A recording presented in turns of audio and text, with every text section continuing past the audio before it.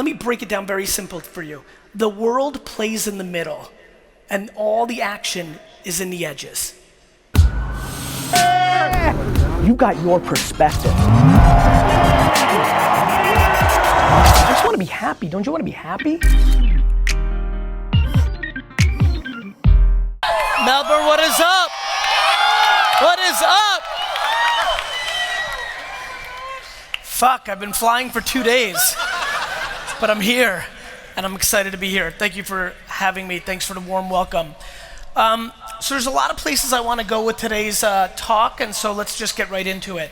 I think for me, what I really want to accomplish in this talk today is set up a framework of strategy of how much abundance and opportunity there is right now and why, and then number two, really get into the tactics that I think a lot of people here can take and take whatever they're trying to achieve to the next place. I think the thing that, as I was getting ready for this trip and I was really looking at a lot of the things on Facebook and Instagram and Twitter and other things of that nature that have become such an important part of the way I think about the world. But more importantly, before we go into that, what I was doing over the last month as this kind of conference was coming together was, are you really wearing a Patriots fucking shirt?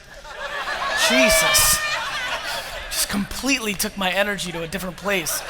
Just punched that dude in the face. As I was getting ready for this talk, what I was really looking at were people that were making references to it and then kind of going down the rabbit hole, especially on the flight out here after I caught up with all my work and still had 20 hours of flying.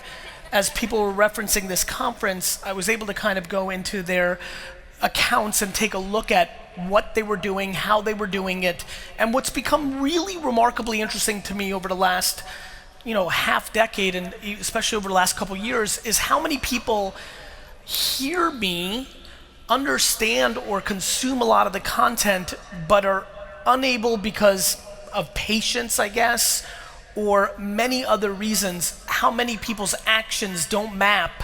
I mean, literally the amount of people that I'll post something about something, they'll jump in and be like, yeah, GaryVee, you're right, and then I click their account and they're literally doing the complete opposite.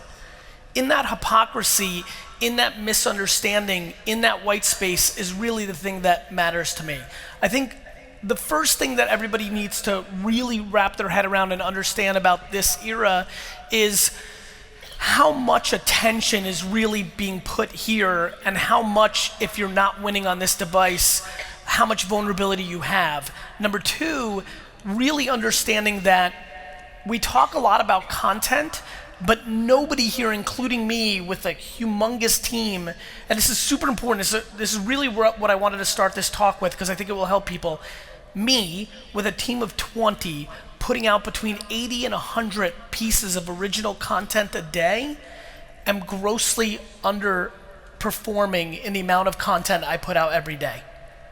Like, to really set the tone for everybody, the sheer volume of content needed for every individual or business in this room to be successful in a 2019 environment is staggering, and nobody's really making the financial or mental or emotional investment into that level of content. The amount of people that are super fine with putting out 1 or 2 pieces or 3 pieces a day on one platform are just leaving an enormous amount of opportunity on the table. And so for me, if there's anything that I can get through today, and there'll be plenty of things I'll try to get through, but the sheer amount of content needed to take full advantage of this land grab is staggering. And so that comes in a lot of forms. For me, the reason I'm so obsessed with people focusing on video is because the reality is that video creates a scenario that allows you to do images and written word and audio on the back of filming. For me, the reason I do a vlog daily is because we're able to use that as a top of the funnel piece of content, and then I'm able to produce a podcast, I'm able to produce the quote pictures you see on Instagram, the written articles on my .com and LinkedIn. It is the top of the funnel that creates everything else instead of bottom up. It's unbelievably important. If you're fortunate enough to be here and you feel okay to be in front of the camera, you need to lean in. You need to absolutely lean in. I think there's a lot of people, and by the way, I'm a big believer that you have to bet on your strengths and be self-aware. I think there's a lot of people here who wish they were something, and the reality is forcing that is their vulnerability. If you're not comfortable being in front of the camera for whatever millions of reasons or whatever insecurity, that's super fine, and you should lean into audio on your phone, or if you're a great writer, you need to figure out how you communicate. But let there be no confusion here today. If you are not producing content for the internet, you are basically non-existent in our society. If you have, regardless of how good your B2B business is doing, or how great your real estate firm is, or financial service, like Sears was winning too at one point. Like, regardless of how well you're doing, you are vulnerable right this minute because all of the attention on a daily basis continues to funnel here. And whatever excuse you come up with, which is my audience is not on there, or my industry isn't affected, all those things become your great vulnerability. I recently, just a couple weeks ago, completely changed the strategic and creative foundation of where VaynerMedia, my company's going. And a lot of people in my inner circle pushed against it because they're like, we're doing well. And I reminded them, I'm like, look, I'm desperate to put us out of business before somebody else does it for us. How many people here are having their best financial year personally or in their business? Raise your hands. Let's clap it up for them. One more time, raise them high. No reason to be embarrassed about that. Keep it up. To me, the people with their hands up in that scenario are the ones that I'm most worried about, because when it's going well is oftentimes when people become complacent or they don't think the thing matters for them. And so for me, those are the things that really, really stand out. I think the other thing to really pay attention to is attention itself. For me, attention has been the thing, that I've chased my whole career. When I was selling lemonade, I would look at polls and, did you just get naked, bro? Shit's getting crazy here in Melbourne. This row's fucked up. The Patriot fan, the naked dude. Hope they paid extra. Just look over, dude's like fucking naked. Attention has been something that I've been chasing my whole career. Selling lemonade against, really was interesting to me. It took me about 4 or 5 years ago when I finally realized that I wasn't setting up the tables or making the lemonade. I was really spending all my time looking at the cars and trying to figure out where to put the posters and the signs to get people's attention. I did that in baseball cards, and I did it in wine, and I've done it pretty much my entire career. And I think the thing that a lot of people need to focus on is, where is the attention? So for example, 24 months ago, I would not stand up here and push LinkedIn very heavily. The platform was pretty much, for anybody that understands LinkedIn or has been around it, it was really something where people put up their, resumes. It was something that people really spammed each other on, right? LinkedIn became a shitty place for all of us because all it was people emailing in bulk with no context. And then about 4 years ago, they made it more of a content play, and you started seeing a little bit more. And they had some influence on it, and I was on it, and it was fine. But over the last 18 to 24 months, it's been remarkable how much opportunity there is on LinkedIn. And if you're in this audience and you're doing B2B marketing and you do not have a LinkedIn content strategy, you're making a humongous mistake, because when you layer on top of it ads that allow you to target the titles of the occupations that you're trying to reach. How many people here are in B2B? Raise your hands. I mean, it's an enormous percentage of this audience, and I continue to watch B2B companies not create original content for LinkedIn. And when they do, they're much more in a commercial or sales-oriented way, not in a branding and create content way. I always tell people, if you make content on the internet as if you're the TV show, not the commercials in between the TV show, you will get disproportionate return on your investment. The problem is most people are looking for instant gratification and return on their investment. The amount of people here who've run $1,000 in ads on something, it didn't work, and they deemed it as it doesn't work, is staggering to me. I have spent millions of dollars on Facebook and Twitter and Instagram and Google that haven't worked. I've also spent millions of dollars on those platforms that have worked. The execution of the creative is the variable in that environment. Just because you ran $1,000 or $10,000 in Facebook ads and it didn't work, it might be the picture or video that you put in front of people sucked and didn't compel them to buy anything. The attention's underpriced, there is no doubt. The attention's massively underpriced. I built my family's wine business on underpriced attention on email and Google AdWords. Those were the early 2000s. I know what it looks like. It's exactly what's happening right now with Facebook and Instagram and influencers. They're just underpriced. Pre-roll podcast, underpriced. There is no debate that the attention is underpriced. There's a reason that Wish, the shopping app, does $6 billion in revenue on the back of 98% Facebook ads. It's underpriced. But are you capable to create contextual creative at scale? That's the question. Can you produce 97 pieces of content for 97 different demographics and psychographics and then run ads against them to compel them to buy your things? If I'm selling sneakers, which I do, there's gonna be a fundamental difference of the video or picture I'm gonna put in front of somebody who's 18, white male in New York City versus a 47-year-old Latino woman with 2 kids in Texas.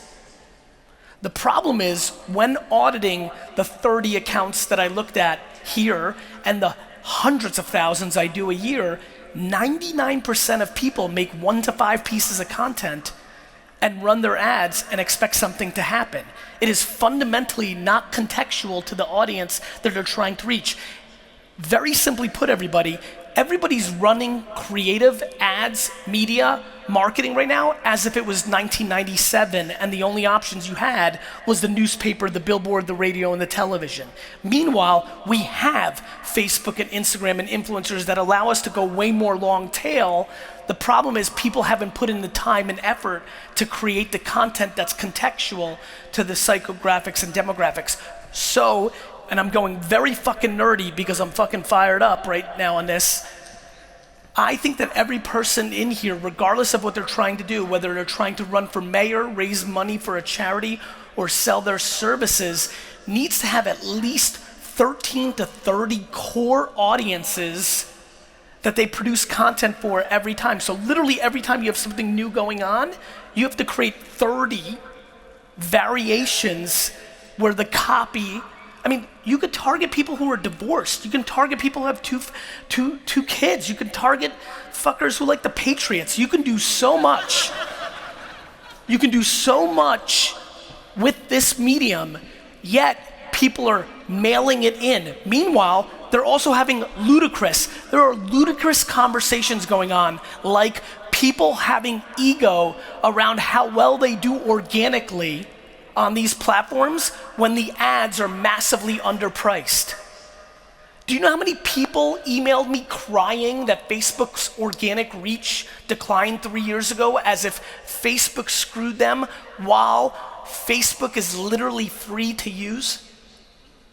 Do you know how many people here are starting to get concerned that they're not getting as many likes and views on their Instagram account because they can feel something's happening, yet it's free? I really need to drill this home. People are mad at the algorithm on Instagram. They run ads everywhere else. They buy a booth at a conference. They run print, direct mail, costs money. You start an Instagram account, if you don't run ads, you can organically build an audience and you post. Now you're mad that you're not reaching as many people and you've got this big conspiracy anger at the algorithm, yet you haven't paid a fucking dime for the platform.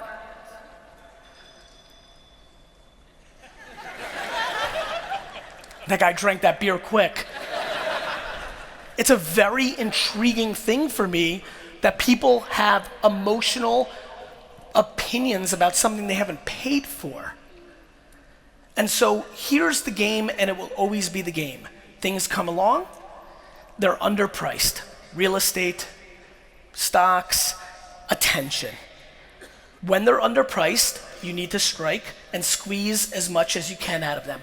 I will come back to Melbourne in 6 years and spend my entire talk trying to get people to stop running ads on Facebook and Instagram.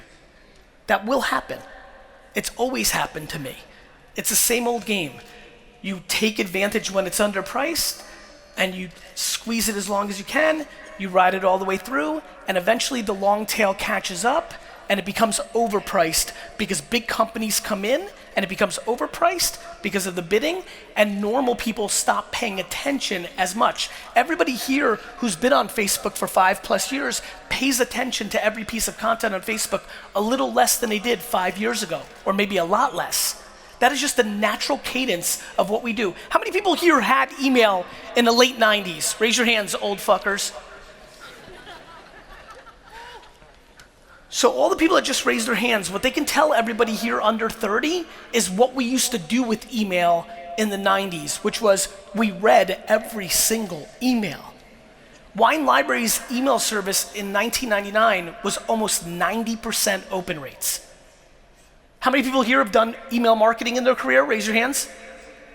90% open rates.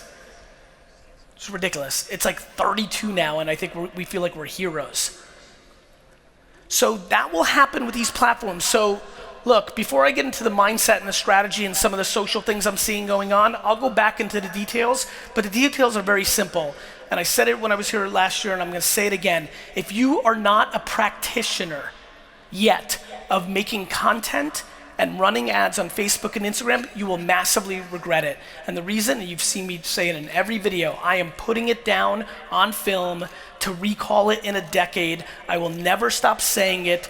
I don't care how much you're tired of hearing it and hoping for something new. I'm not gonna make up something that isn't true. They are grossly underpriced. The one little add-on that I've been saying a lot more over the last month or so than in the past is how much content you need to produce. And the reason one of the breakthrough videos I've ever made called Document, Don't Create worked is it's hard to create a new video. That's creative, that's hard. But if you actually film your day-to-day, your meetings, your mundane, there's absolute action in that. And so I'd highly recommend really understanding what that means. Let's take a step back and let's talk about something I've been spending a lot of time on, which is in a world where I'm asking you to create so much content, the fact that so many of you do not create content because you're so bent out of shape by the feedback in the comments section. This has become a remarkable fascination of mine, that people literally aren't living their lives to their happiness or fullest because Sally Pants 36 said that you're ugly or fat. People absolutely crippled by the judgment of others without really understanding what it is. Let me say it here right now so there's no confusion. If a human being takes the time out of their day to consume your piece of content, consume it, and then spend time to leave a negative comment to you after consuming your content, think about how shitty that person's life is. Somebody literally has the time to consume your content and try to drag you down. My friends, misery loves company is one of the most interesting sayings that has been in culture for a long time. It most manifests in a very poor way when I watch parents drag their kids into shit because they're upset. But it's one thing, and I have empathy, a lot of it, when it's your mom and dad dragging you through shit, because that's deep. But when an anonymous person with a fucking icon of a rugby player is dragging you through shit, you have to get into a place where that does not bother you. It makes zero sense. I mean, literally, and I get shit on all the time. You get that many comments, you get shit on. When I see it, it's the only, I mean, I don't feel bad for me. I genuinely feel bad for them. I'm fascinated. I've never in my life taken the time to consume somebody's content and then shit on them. It makes absolutely no sense. So please, if you're one of these individuals, and there are a lot of you in this audience that are not producing content because you're worried about the judgment. You know how many people email me, Gary, but I have to put on makeup. Why? Because your grandma told you when you were 7? But Gary, the lighting, why? You don't like the bags under your eyes? Good news, everybody has bags under their eyes. Like, there is an enormous amount of insecurity in the system that is stopping people from creating the things they want, and it needs to be talked about in a much bigger way. The judgment of others is a fascinating thing. How many people, by show of hands, work in a job and are desperate for their side hustle to become their career? Just raise your hands. Raise them high. Can you stand up, actually? I need to see this, because I gotta get a sense. Stand up if this is your MO. Your side hustle, you're desperate for that to become your career. Good amount. Okay, thank you for doing that. So I'll go into this. So this has become a new thing that I've been spending a ton of time on. Something I've realized that really kind of caught me off guard is how many people spend more money on shit than they can afford. And I know that's like a funny thing to say, but it's actually very basic. I'm actually talking about the amount of people that have emailed me in the last 6 months, because I've been on this rant lately of trying to get people to move back in with their parents at 30 and 40. Yeah, I'm hot on this. It's because there's this incredible thing. How many people here own their home? Raise your hands. The people that just raised their hands, 90% of people that own their homes don't use more than 50% of their home. They have 3 extra bedrooms that they don't need. They have a living and dining room and a fucking den and all sorts of shit. The amount of people who live in homes that they've extended themselves financially to afford that don't use half of that home is fascinating. The amount of people who are in debt so they can drive a car that has a logo on it that makes them feel better because that's keeping up with the Joneses or other people's judgment is fascinating to me.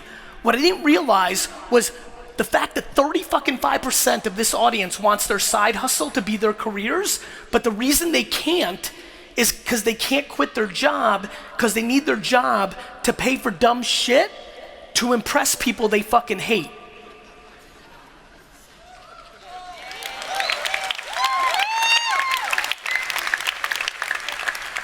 And so, especially while the economy globally is frothy, I am aggressively throwing up for debate to the third of this audience that is trying to get their side hustle to be their job, for them to give a real thought to what it would look like if they were to downsize their home and their car and their vacations and their watch to put themselves in a position to be happy.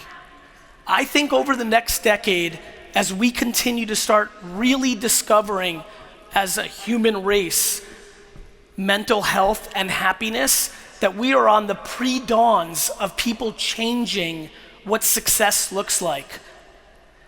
When I really look at the world, and I grew up super humbly, I've spent my 10 years ago career in the explosion of Silicon Valley. I've really been lucky to see all sorts of different things going on. It is super cliche, but absolutely true, that the money happiness thing is just a funny thing. People that don't have it think it does bring happiness. People that have it know it's not true. And when you really look at suicide data and things, depression data, it's fascinating who struggles with it. I really do believe as we become dramatically more thoughtful about happiness versus money, that a lot of people are gonna start really looking at the things they amass and how much that is a choker to their happiness. And so what really excites me right now is how frothy the economy is globally. And I know so many of you can take advantage of selling high, positioning yourself to be happy. I think it's a very rogue point of view. It's completely against the propaganda that you see in your Instagram and Facebook feed 24/7.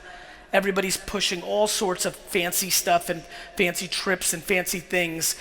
I genuinely believe that the majority of people here can dramatically put themselves in a happier place if they honestly consider downsizing things that they don't use. So just a random thought that I'm super passionate about.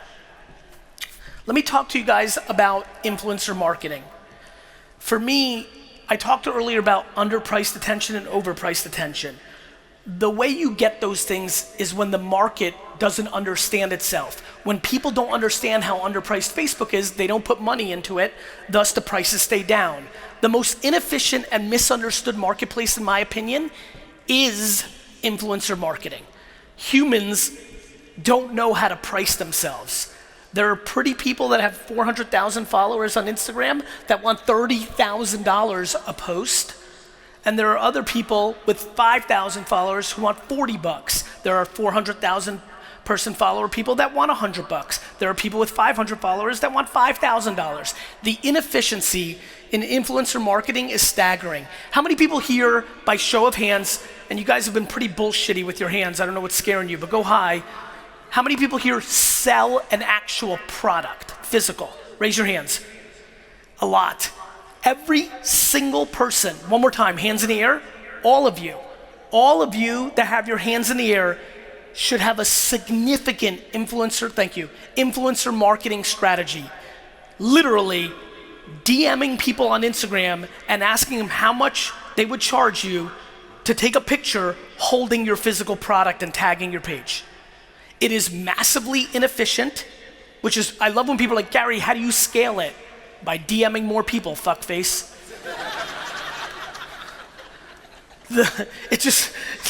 There's no machine or algorithm, just get nice and cozy and DM people and ask them one by one if they're willing to do it. I often find that the biggest upsides often is scaling things that are not scalable. Scaling things that are not scalable comes from sheer effort and time. And so one more time, I just want to get the physical, selling a product physically. If I was your partner, buddy with the hat, selling physical, I would spend 30 to 50% of my overall marketing budget on influencer marketing. It's so inefficient. And if you're lucky enough that your product you sell directly on your Shopify or Amazon, like you can see it, you don't even have to guess. You literally run either codes or just isolated time slots for certain influencers, and you can see what the return on the investment is. There's been many influencers that we bought that we weren't sure, and then we bought 50 times over because their audience was converting because they had an authentic audience. I couldn't be more passionate about it, and it is wildly underpriced in this market down here. It's underpriced everywhere, but we've even debated opening a VaynerMedia office in Australia just on the back of really influencer marketing, because it's so underserved in the marketplace, and I highly recommend you take a deep look at it. Another thing that is unbelievably underpriced in this market and globally is keyword and AdWord Google searches and then retargeted on YouTube pre-roll video. So imagine a scenario where people search on Google for curtains or a financial advisor. And how many people here have done Google advertising in their careers? Raise your hands. Perfect. So a lot of you know it was an incredibly powerful platform because it was intent-based. If they were searching for it, that means they were interested in it and it would convert. And a lot of you did extremely well with it because it converted highly. Much easier to be good at Google at first than Facebook at first. Facebook is branding, Google is selling. Very different game. Selling is a hell of a lot easier in the short term, which is why people like it. Branding and marketing takes time, which is why people bail on it. The problem is Nike and Adidas and Coca-Cola, that's branding. Our bullshit businesses is selling. You understand? But there is a combination of selling and branding that is super powerful, and it plays out on Facebook, but it also plays out on YouTube. YouTube, for everybody that doesn't know, is the second biggest search engine in the world. For people like me that can't read for shit, when you want to go on YouTube and hear it or watch it visually, you understand it, it's incredibly powerful. But besides that, what's unbelievable is there is a way for you to actually target people that search on Google for something. Let's use my old world. They search for Margaret River Cabernet on Google to buy. 3 days later, they go on YouTube to watch a video of how to hang a picture on their wall, and the pre-roll YouTube video goes, hey, are you in the market for Margaret River Cabernet? And then you're like, holy fuck, they're spying on me. Because you fuckers forget that you searched for it 3 days ago on Google. For me, when I thought about this talk and coming here today, I said to myself, look, there's 3 or 4 things that are just black and white tactics that if I get people to actually do, they will feel benefits. It's funny how I think about marketing no different than fitness. People are always far more interested in finding some rare fucking fruit deep in the Amazon that they can eat that makes them lose fat than actually fucking working out and eating healthy, dick. Like, you're far more excited to buy some fucking pill that was found in Saturn and brought back than you are to do the very basics. It's super stunning. Eat healthy and work out every day. It's super basic, but nobody wants to actually put in the work. I've literally spent the last 30 minutes giving you 3 to 4 basic things that are real as fuck. 99% of you, even though all of you wrote little notes, are not gonna do shit about it. You're gonna write it down, you're gonna say, yeah, this is, you know what, I've heard him say it a bunch, this is the time. I'm definitely gonna go back and do that. And then next Thursday happens, and something good or bad happens in your business, and you completely put this talk on the shelf. Let me be very clear with you. In October of 2018, in Australia, if you run Facebook and Instagram ads against 30 to 50 different pictures and videos against whatever you're trying to accomplish in your business, it will work. Let me make it perfectly clear for you. In October 2018, if you spend 5 hours a day going to direct messaging influencers that could possibly sell your product and getting 1/3 of them, 8% of them, to agree to post a picture holding up your product and tagging your product, it will work. Let me make it perfectly clear for you. In October of 2018, if you run pre-roll YouTube video against search query on Google of whatever you're trying to do in this room, it will work. Now I just need to ask you why you're not doing it. Because if you've come to this conference to see me speak, you've heard this shit 40 fucking thousand times. I can't wrap my head around it. I can, because I watch it every day. It's human behavior, I see it. But the reason I get passionate to keep doing this is I've learned sometimes it just takes that 19th time and you actually sitting in the audience to do it. Bless you. What really, really shocks me though, and what really excites me as being in the, like this is my spiel in America, the most advanced competitive market for all of my concepts.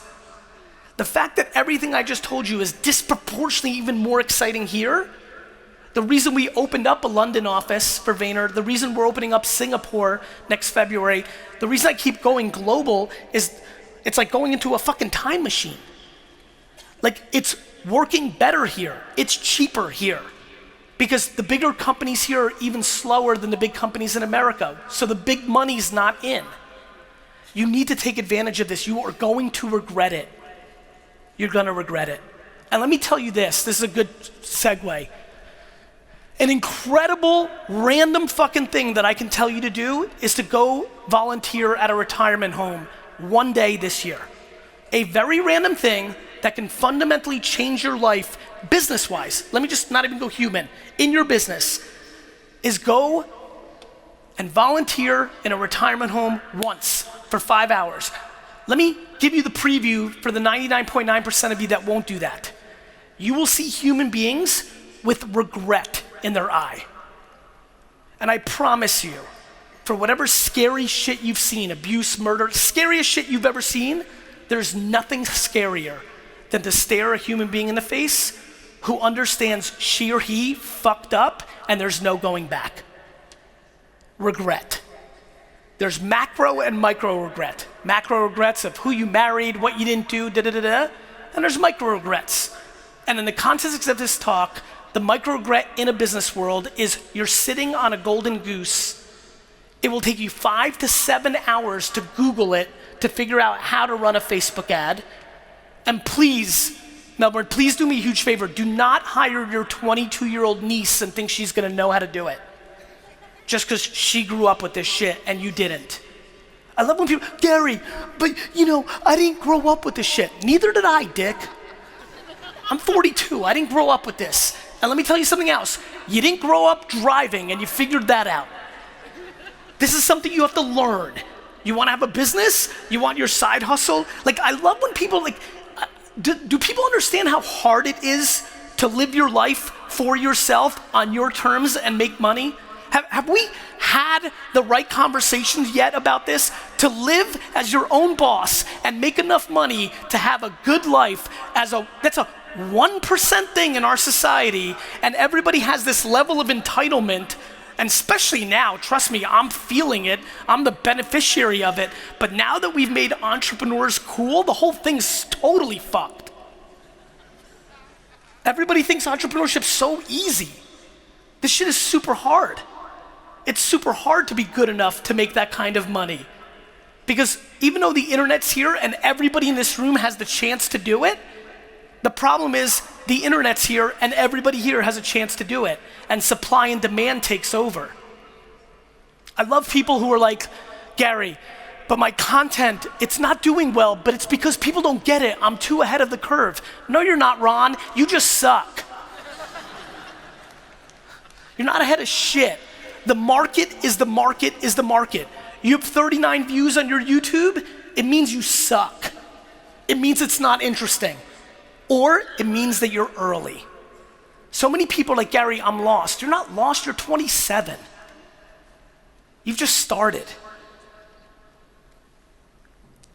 This is a long game, and the opportunity is substantial. But there are two very important things.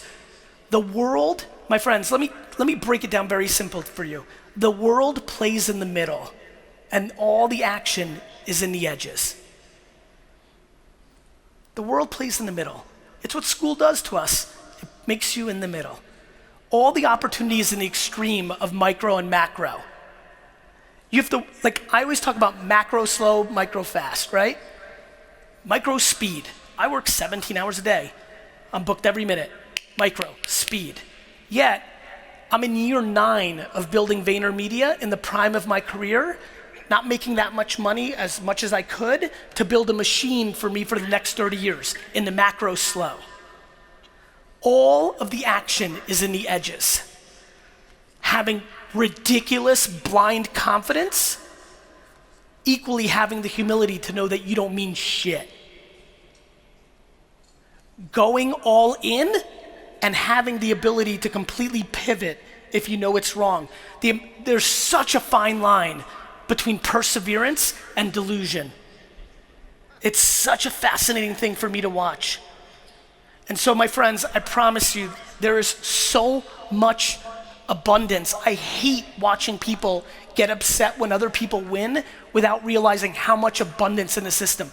Nobody on earth's success is coming at your expense. Everybody thinks this is a binary game. It's just not. There's so much abundance. And so we in general, in the macro, have to desperately get our mindsets right. We are collectively, stunningly not patient enough. Everybody wants it tomorrow. We are unbelievably lacking perspective. The dumb shit that I hear people complaining about every day is stunning. You know, everybody here needs to start joining more nonprofits and getting in the field. You go join a nonprofit like Charity Water, and you go to Africa, and you watch people walk 7.5 miles every day for fresh water, you start struggling to complain to the barista because he or she put the wrong milk in your fucking coffee. We need perspective, we need passion, we need patience, we need a lot of things, and then you have to let it play out. Everything I've ever done, 2 core things have always been the theme. And for anybody who's dreaming or thinking differently, I really need you to hear this. Everything I've ever done professionally, 2 things have happened. 1, it's taken forever for it to manifest because I was early. Number 2, nobody agreed with me and people snickered and made fun of me every time I did them. If you're looking to innovate and do something special, you have to recognize exactly what's going to happen, which is the voices are going to be the game that you have to play out. The one that's become most fascinating to me over the last year, because I get so much interaction on this, is the people, and I'm just gonna say, this is completely just random, but I'm hopeful it might help just one person in this audience. If the voice in your own head says to you that you suck, I desperately need you to know that somebody put that voice in your head. If the voice in your head tells you to yourself that you suck, somebody put it in there. And you have to understand that. Usually your fucked up mom, but you have to wrap your head around that, because it's really difficult for me to watch so many people not act based on that own voice. The biggest thing that people aren't acting on is they're not taking risk because they're scared to lose, and they're scared to then have people judge them on that loss. It is remarkable to me how easy it is for me to see a true-bred entrepreneur versus one that's not. A true-bred entrepreneur loves to lose. It is scary to me how much I love losing. Publicly. Love my investment. I love talking about passing on Uber twice. Love it.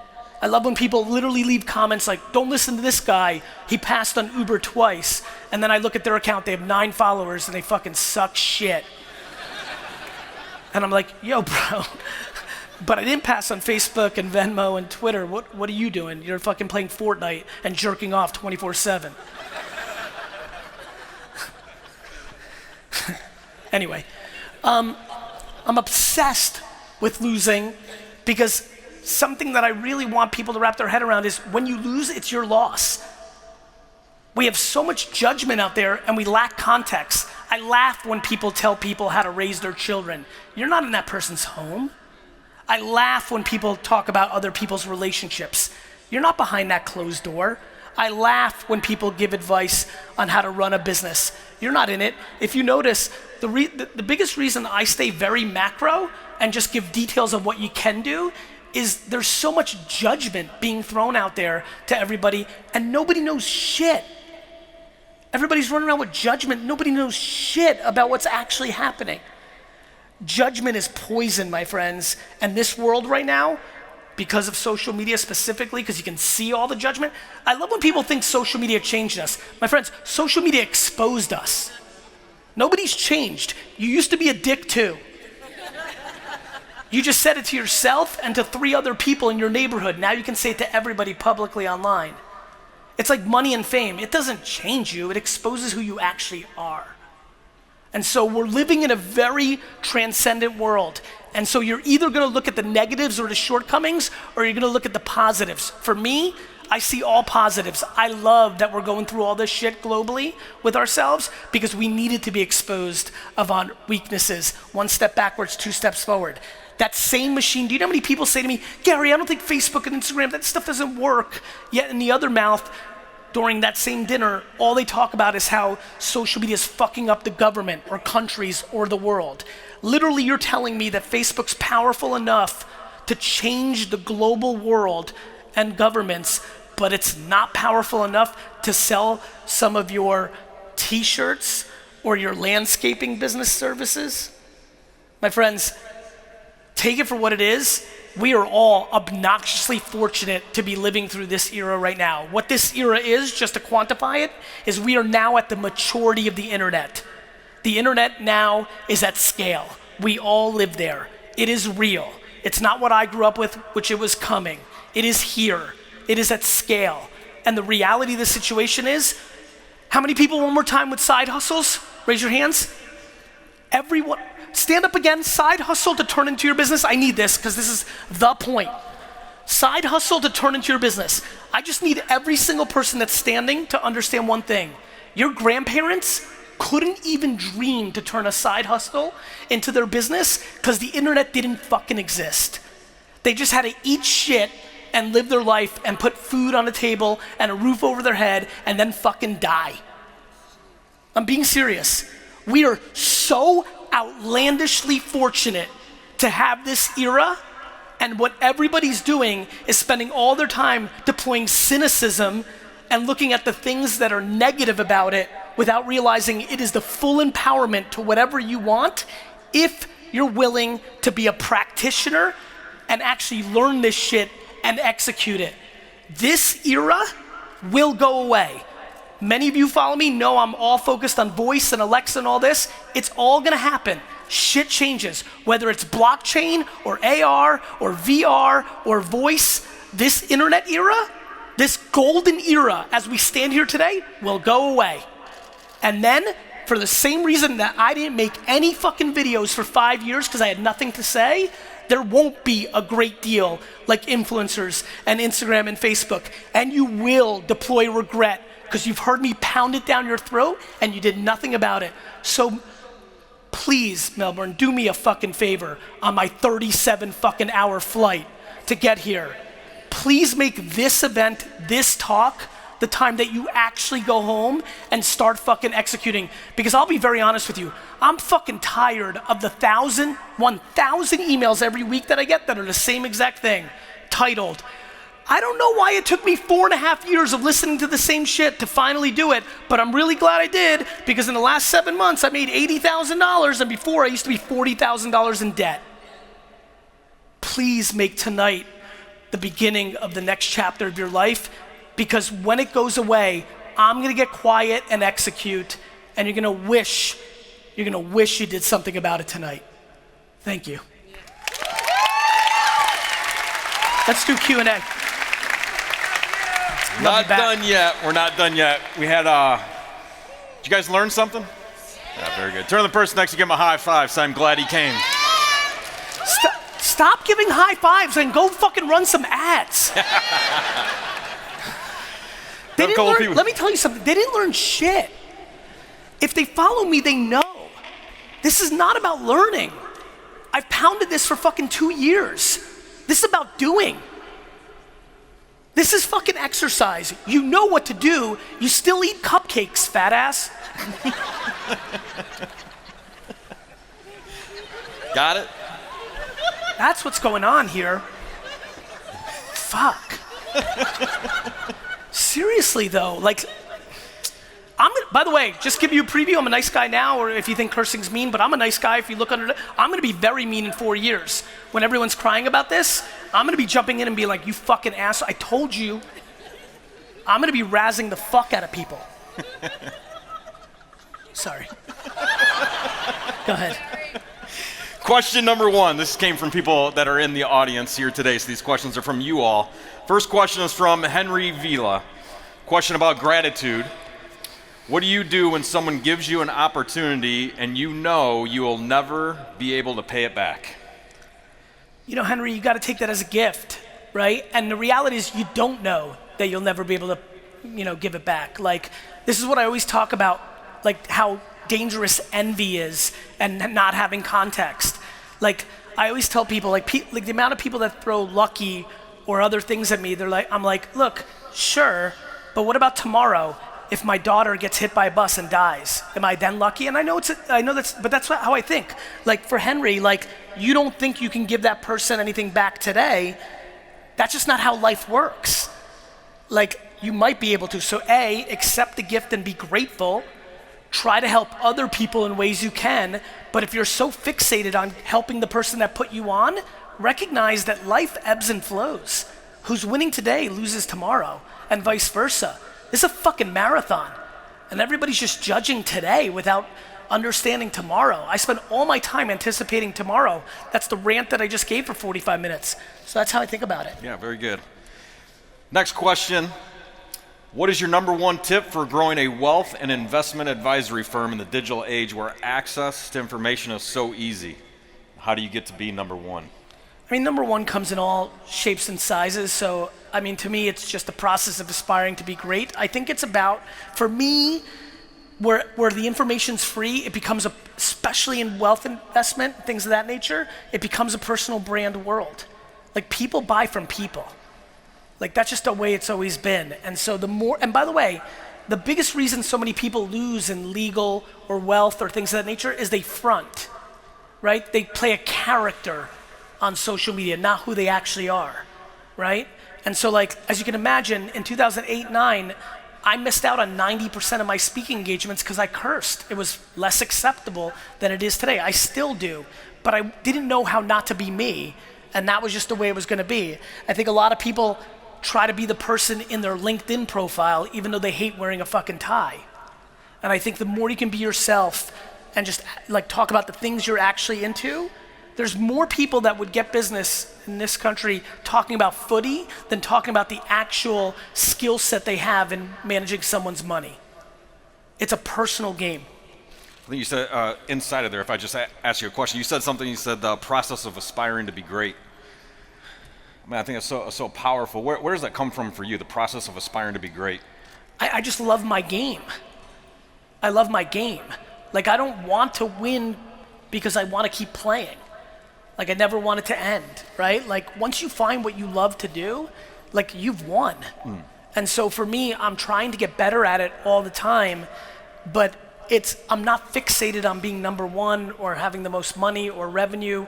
I'm just in my own little insular circle, just enjoying it and trying to get better at it and letting the chips fall. I mean, it's incredible how little I know about anybody else that does anything that I do. I've never watched anybody give a talk in my life. I've never read a business book in my life. I've never listened to a complete podcast of anybody's podcast. I'm sure they're great. I'm sure you enjoy it. I love that. I watch sports. I'm not saying you shouldn't. It's just not my process because it doesn't matter. The only thing I care about is the audience. The only thing I care about is the audience. And so that's why I read all my comments. That's why I have insights on this. This is why I got into places like empathy or judgment. Like, once you understand that somebody knows everything that they should be doing, you have to ask why they're not doing it. You start getting into mommy and daddy issues. You start getting into insecurities. You start getting into a lot of people here not building personal brands because they have skeletons in their closet, and once they get public, they don't want to deal with the ramifications. There's real shit out here. I always enjoy the skeleton in his closet. People get really weirded the fuck out. People's faces get funny. Next question comes from Veronica. How do you get in with the right people? For example, if you want to get in with the people who choose the light bulbs for the next multi-billion-dollar hotel. Veronica, you have to reverse engineer people. It's really easy.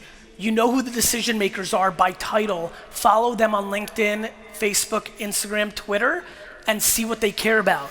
And if they're into things that I've talked about already, footy or Margaret River Cabernet, that is your gateway. There's a reason people played golf or have steak dinners. They get to know people, they get to know their spouses, they get to know things that make them tick, and then they exploit them if you want to go cynical with it, or they just use them to do business. But Sarah, who makes that decision, is the person that you need to reverse engineer.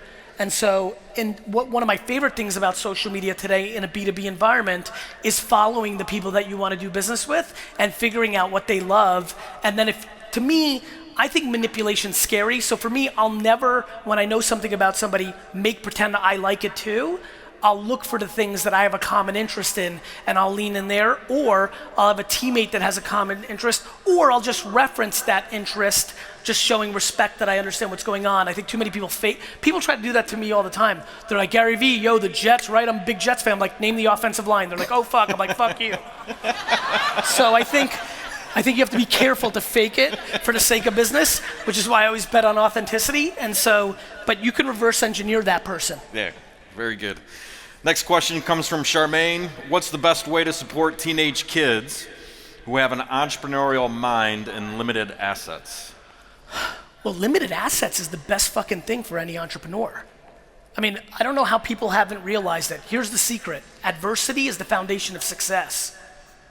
I mean, like, this would scare me a lot more if they had an entrepreneurial mind and had tons of assets. Entitlement and too much abundance creates zoo animals.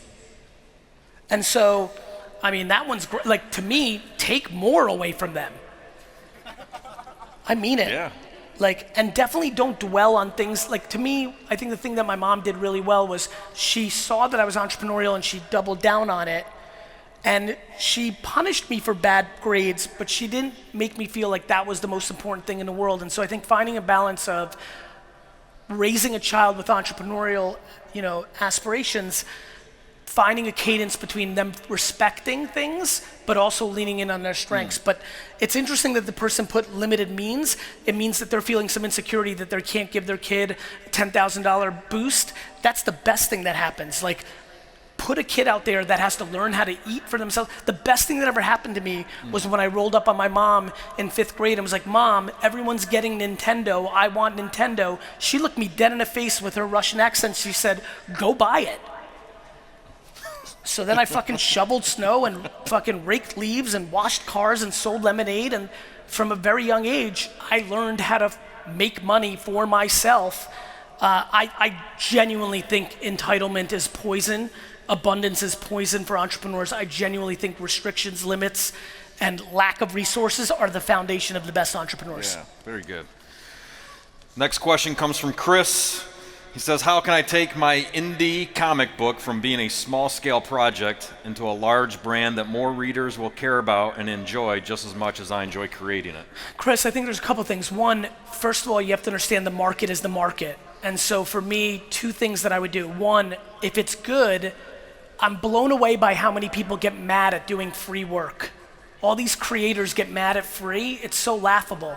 I always do shit for free and will continue to do things for free because it creates leverage and context. So what I would do, Chris, if you can afford it, and if you couldn't afford it, have a side hustle that lets you afford giving away 3,000, 1,000, 2,000 of the comics. Go to a Comic-Con, go to use online hashtags of people that are interested, just give it away. The attention's worth more than anything else. And I always say, watch what I do, not what I say. There's a reason I don't sell products. There's a reason I don't have masterminds or ebooks or things of that nature. I give away all my content for free because your attention's more valuable than extracting money from you. So I would give away the comic book at scale. Very good. Next question, last question, number 6, comes from Pam. She says, what's the number 1 piece of crap thinking or behavior that gets up your nose? She wants to know what this room needs to hear to start doing better in business and life. Man, I like you, Pam. Pam, there's a lot. I mean, look, there's so much. I mean, look, the thing that really drives me crazy, and I just spoke to it, is entitlement. Like, anybody here that thinks anybody owes them anything is already in deep shit. Like, entitlement's stunning. Number 2, the thing, lack of patience. It's why I push it so hard. Like, you wanna make $1 million a year, and you think that's supposed to happen in the first 2, 3, 4, 5, 7 years of you doing something? It's laughable. People have gotten so crazy about the 1 or 2 things like Uber and Instagram without realizing that that's like, you're more likely to win the lotto than start a company that looks like that. You're more likely to get struck by lightning 7 times than starting anything that looks like Uber or Instagram. So just people's perspective is completely fucked. Like, I don't understand what people are doing out here. I don't, like, go, you know, I don't know what it is in Australia, I didn't look this up, but like the medium income levels compared to what people are aspiring to. In America, if you make $440,000 a year, you're in the 1% earners in one of the richest countries in the world. If you make $440,000 a year in America, you're in the 1%. That's the bottom of the 1%, but you're in the 1%. Yet everybody's walking around like if they don't make $1 million, they haven't even started doing anything. And so perspective, entitlement, complete lack of patience, like this stuff is hard and takes a lot of work. And just kind of like clearly what gets in my nose, which I like the way you put it, is when we transitioned to this Q&A and I had a rant for 2 more minutes, I can't wrap my head around how many people have consumed the same shit from me 67 times in written form, in audio form, in video form, in an 88-page deck form, in LinkedIn form. I spend millions of dollars saying the same fucking shit in 400,000 ways, hoping today's gonna be the fucking day. That fucking pisses me off, Pam.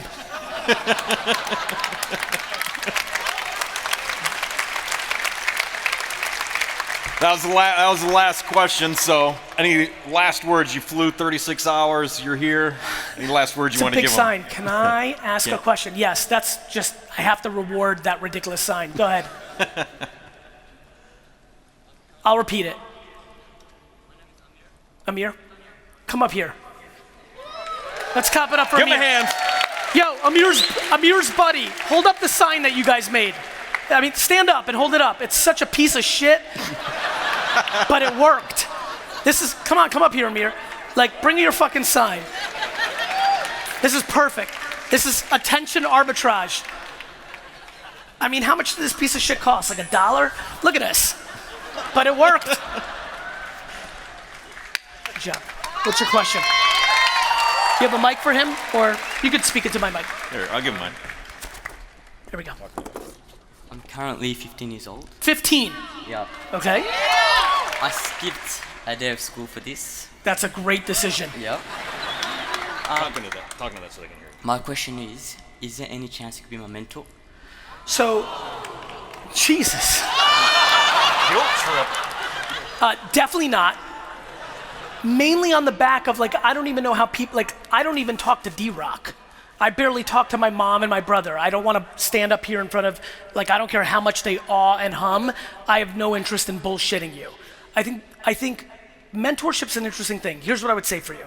One, especially with me, nobody is spending more time and energy and resources trying to show people what to do. It's literally like, I'm putting it out every day. So like, mentorship, super easy. Number two, what I will do is I'm more than happy to give you a summer internship on my team.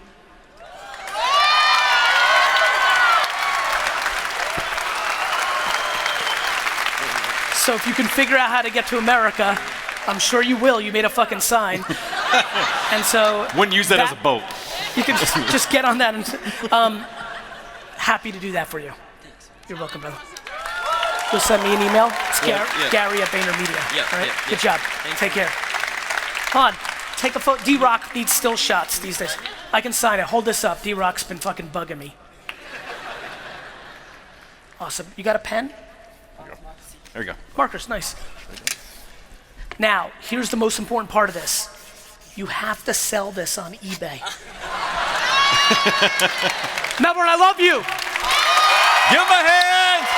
GaryVee! Do something. Do something. Please.